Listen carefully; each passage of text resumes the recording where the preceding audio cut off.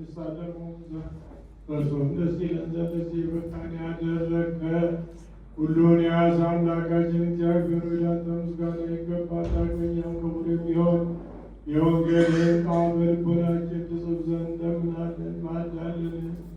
ጌታችን ኢየሱስ ክርስቶስ በገባበት በዚህ በመሠዊያ ልመናችንን ተቀበል።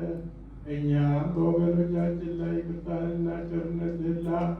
በአንድ ልጅ ለአንተ ምስጋና ከሃሊነት የሚገባሃልና ለዘላለሙ አሜን።